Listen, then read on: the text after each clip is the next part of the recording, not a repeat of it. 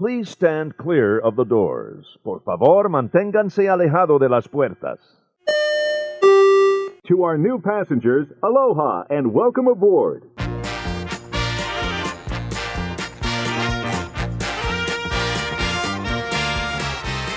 everybody, thanks for joining us. I'm Tim Scott. This is ResortLoop.com, the gateway to the magic. Thrilled to be back on the show. Thrilled to be joined by special guest, Mr. Michael Stanford. Michael, how are you doing today? I'm doing great. How are you? I am doing wonderful. I'm excited to talk some Disney. I thought this would be a good show. We're going to catch up on some news that kind of has slipped through the cracks, the Resort Loop cracks anyway, which doesn't sound like a good thing to be, and it sounds mildly painful. But I want to get it out there so we can keep moving forward. Michael, I want you to start us off.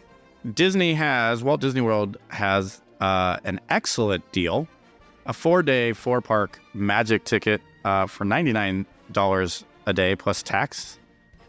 You get to experience 4 days of magic and thrills across the Walt Disney World theme parks when you purchase the specially 4-park magic ticket for $99. Child pricing is available for $79 a day, or a total of $316 plus tax. The 4-park magic ticket includes one admission to each of the 4 Walt Disney World theme parks: Magic Kingdom Park, Disney's Animal Kingdom theme park, Epcot, and Disney's Hollywood Studios, for a total of 4 admissions on 4 separate days. Limit 1 admission per theme park per day. The ticket does not require a theme park reservation. Yay! Day-based tickets start April 2nd through September 22nd. Tickets must be used within 7 days of the selected start date. Tickets may not be used to enter the same theme park more than once. All tickets and options are non-transferable or refundable. Michael, this is a great ticket for the summer. Anybody's looking to go, this is a great deal. Now, there's a separate 3-day ticket. It's kind of the same thing, but the only difference with that one is you can't go to the Magic Kingdom on that ticket at all. So you get one admission to the other parks except for the Magic Kingdom. Both are great deals at $99. Absolutely. Just a tremendous value. Depending on surge pricing, you can see $139, $149, $159. So this is like a 4-day park offer, which is fantastic. This is an excellent opportunity to get people to come to the park. It's a very valuable ticket in a way. I think this is the tipping point where this is your sign. You should go buy one of these 3-day or 4-day tickets and go and experience the Disney magic. Exactly. If you've been there before and you don't mind maybe missing the Magic Kingdom for a day, you could get a nice weekend trip out of this. Or if you get the 4-day ticket, that's a nice week with a couple days of rest, a day of the pool. Maybe you're going to hit like an outlet mall or something. But they actually have some great deals on the rooms down at Walt Disney World also. You can save up to 30% on rooms to select Disney hotels when you stay 5 nights or longer. So if you get like a 5 nights or longer package, you get a nice 4-day ticket. This is a good deal. Also, there are deals if you're a Disney Visa card member.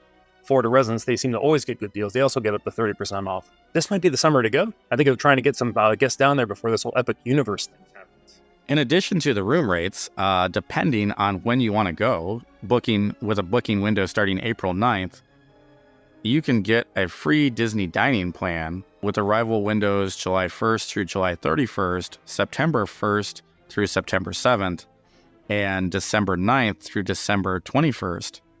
If you are a Disney Chase credit card holder.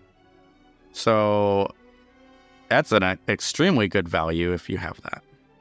That's a good perk. Usually don't hear about dining plans going into December, getting pretty close to Christmas. Yeah, I mean, you're right before Christmas on that December 21st. If you stay at a select value and Disney moderate resort and you buy theme parks with a theme park ticket with a park hopper option, that's when you get the quick serve plan. If you stay at a deluxe and deluxe villa resort and you buy a theme park ticket with a park hopper option, that's when you get the free Disney dining plans. With the free Disney dining plan, you're going to get 1 sit-down meal. With the quick serve meal, it's just the 2 quick serves a day. Of course, 1 snack with both of those and a resort refillable mug. Our last trip, we actually did not get the, it's kind of a RFID story. We didn't have the mug. I ordered a drink and I couldn't quite see the difference between the cherry Coke and the regular Coke. So I put in like a couple squirts cherry Coke, realized I needed a regular Coke. So I dumped that out. I risked out, then I went to go get the Coke and I said, no, I had to wait 2 minutes, 12 minutes or something like that. I was like, yeah. Went back to the register. I explained what happened. They gave me another cup and it was fine, but I was just like, come on, Disney. I just needed a Coke. I just need to hear that little fizzy stuff went in my glass that was non-cherry. I was like, come on, it's just Coke. That's neither here nor there. That's what we call it, the Resort Loop tangent. Michael, are you familiar with the Fort Wilderness Cabins? Do you know they're over there? Have you seen these things before? Yes, I've traveled over there. I've never stayed there, but kind of traveled over, and the old ones look wonderful, and I'm sure the new ones look very modern and contemporary as well. You're absolutely right. I've not stayed in the old ones. I have seen them. I don't know if I'll get to stay in the new ones. I love the Fort Wilderness area, but we always took our own RV back on what I called the day. But starting July 1st, you're able to start booking these things. It will be the 50th anniversary of the Hoop-De-Doo musical review, which is crazy to me that dinner show is 50 years old. You start booking them then. I'm very excited about this because it's a larger room option for your larger families, because if you get anything about 4 people in a room, your choices diminish as far as Disney resorts. You can do art animation. There's a couple family suites over at All Star Music. And then from there, you're pretty much going up into like DVC type categories. So I'm very excited for the Fort Wilderness Cabins, and I love the Fort Wilderness Resort. I've always been a big fan of Fort Wilderness Lodge. It's beautiful. I think it's one of the most beautiful resorts on Walt Disney Resort property. I think that having cabins for that special group of people, that can build some great memories. Having new amenities in the woods, that's pretty neat too. You don't have to worry about backing up or setting in. You just bring your stuff in, and you can still go right out your door and have a nice campfire and make your s'mores and all that. The only thing the resort's missing is river country, but that's not there anymore, right? Did you ever go there? Back in the day as a kid, we went there a couple times. I loved the river country. I loved like their little river. I don't call it a lazy river because it had a little pool at the top. You went through it under a little waterfall. It was like a little slide kind of going around, and you dumped out into the Bay Lake. It was a lot of fun. That was one of my favorite things to do, actually. The first time I went there, I saw a whole bunch of people riding horses, and I just thought, I would love to ride a horse someday. So that's definitely on my bucket list to stay there. Just haven't done it yet.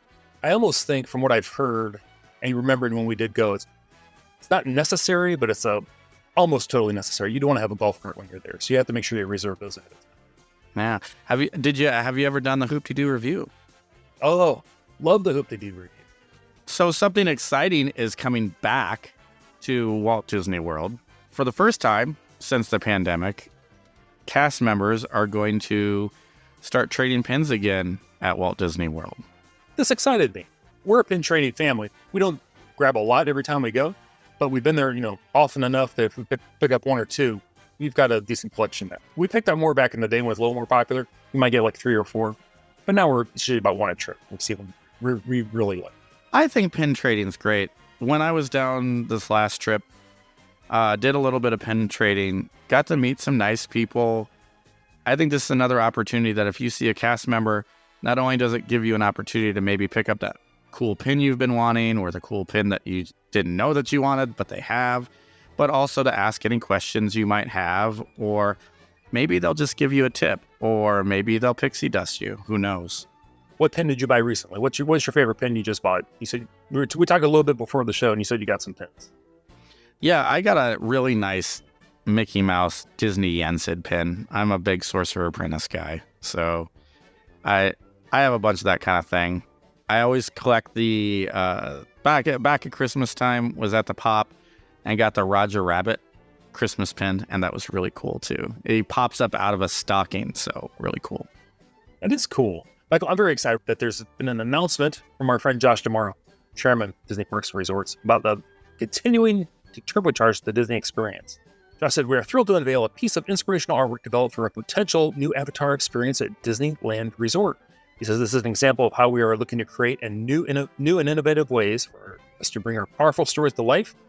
Over the past decade, we've delivered massive immersive experiences at our destinations around the world, including new lands and attractions based on Star Wars, the Avengers, Pixar, and more. That's actually all part of the Disneyland Forward program they're doing out there.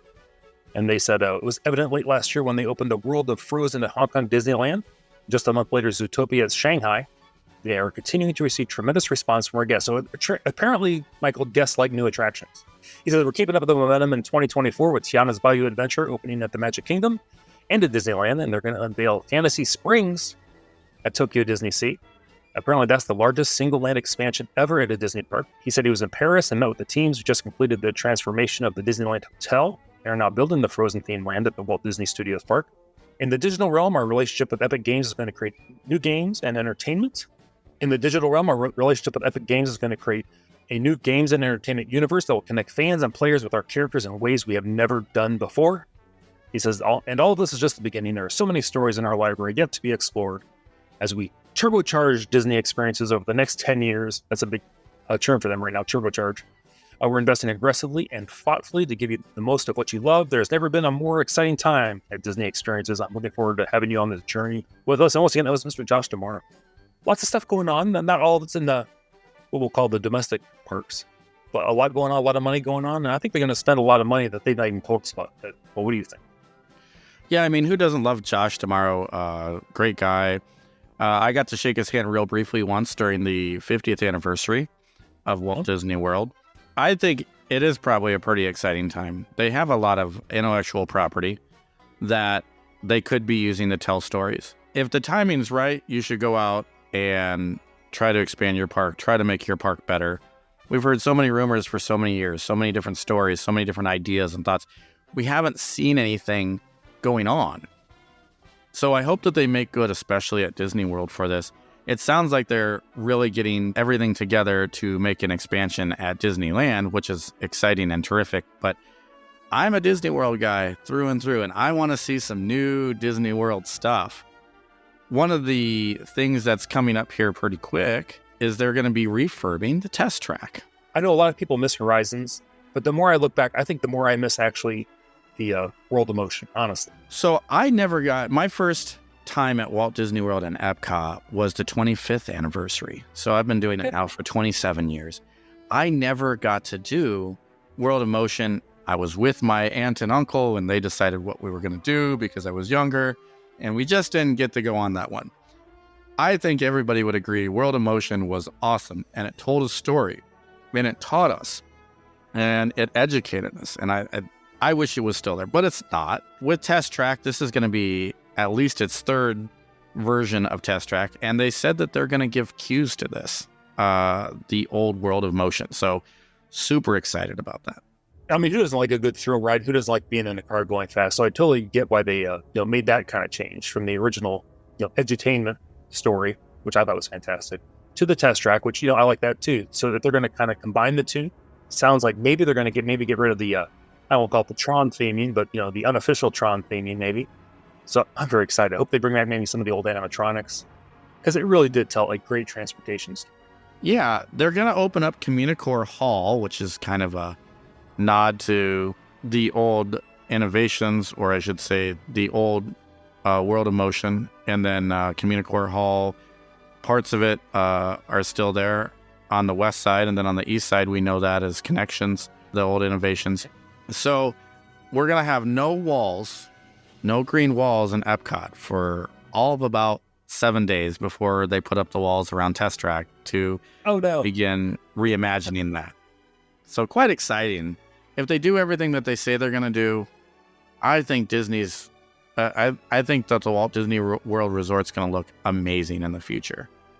And that's one of the hardest things about building a theme park, is that it has to continue to change. You have to continue to bring people in, but it takes time. What did Walt Disney say? It's fun to do the impossible. Well, we're doing the impossible, but by the time, I think another one of his quotes was something to say, by the time we build the future is already here. So, well, that's true. That's always kind of been the curse of Tomorrowland and, future world at Epcot. I'm very excited about that.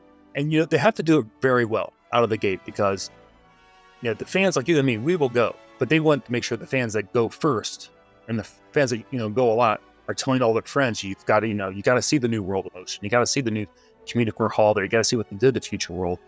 It's just so beautiful now. I think everybody's pretty happy with the World Showcase thing, other than maybe need another country or two.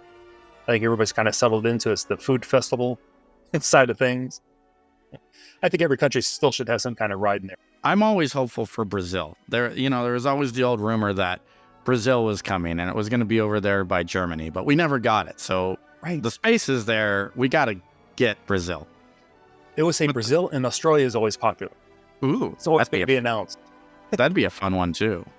The food, every year the food gets better there. They have the classics that you kind of go to Food and Wine for, or you go to Flower and Garden for. But the food is always tremendous at Epcot. But I think Epcot has the ability to offer more in the rides category. And I certainly think that they know that too, and they're trying to build around that. I concur. Like, I'd love for every country to have like some kind of either a boat ride or an omni-mover ride. It doesn't have to be anything over the top necessarily, but just something, that pays homage to the home country that they represent.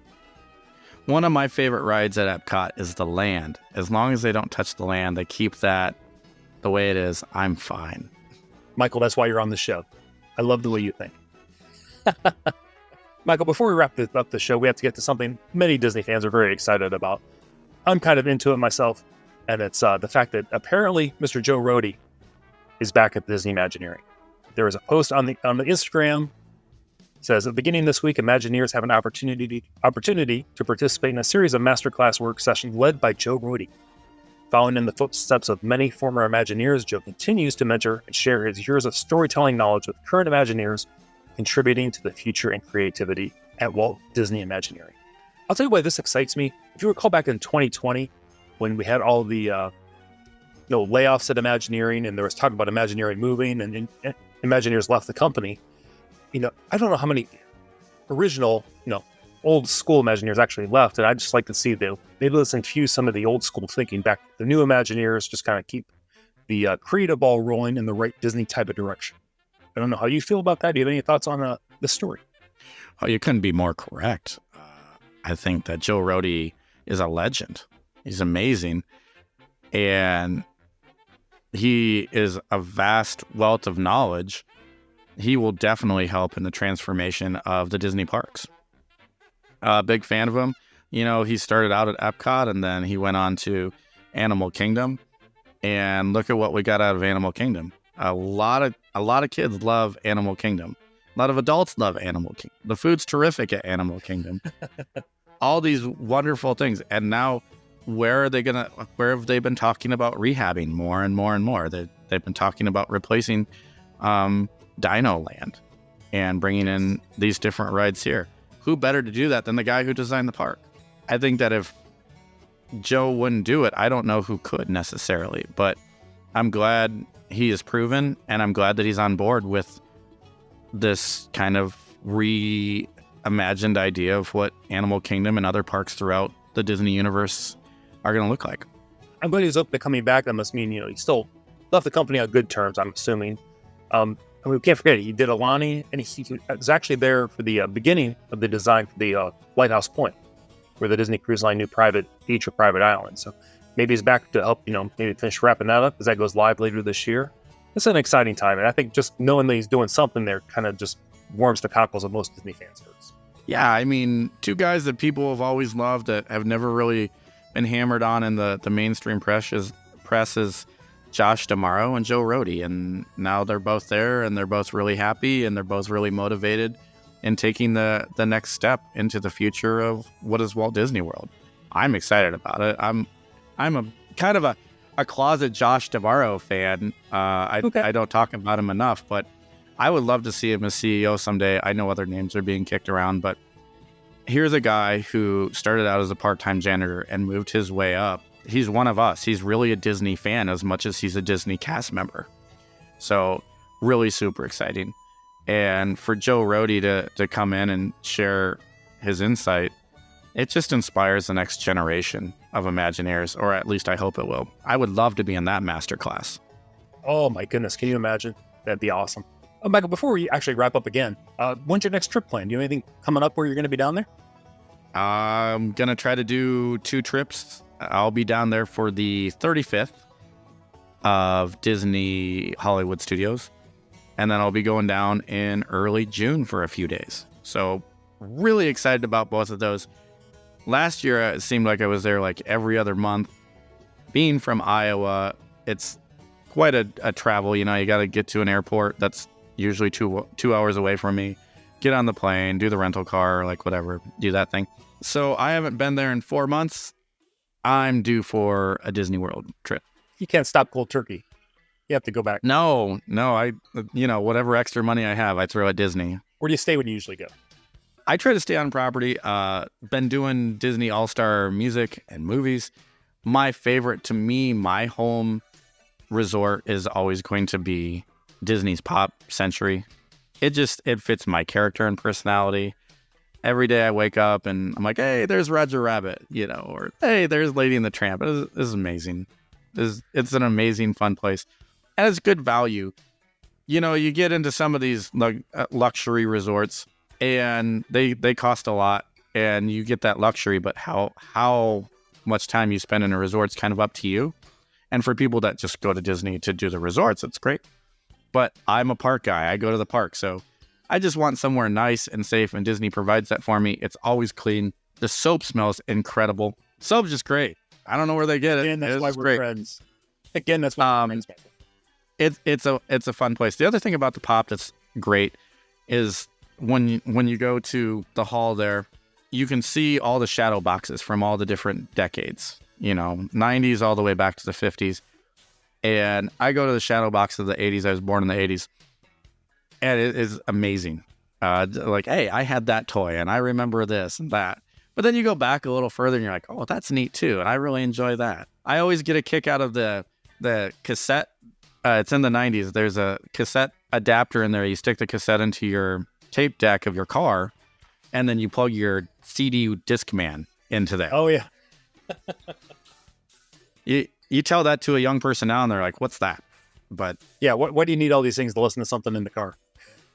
You guys didn't have Bluetooth back then? And we were lucky if we had seatbelts. Kind of true. Totally true. Oh, Michael, thanks so much for joining me on the show. I love it. Always a pleasure. Thank you so much for having me. We'll have you on again real soon. Everybody, I'm Tim Scott. As always, Facebook, Twitter, the website, ResortLoop.com. Don't forget about Looper Nation Live, our private Facebook group. You can always join us over there. It's always fantastic. Everybody, you've been listening to The Gateway to the Magic. Michael, how do we end the show? See you, everybody.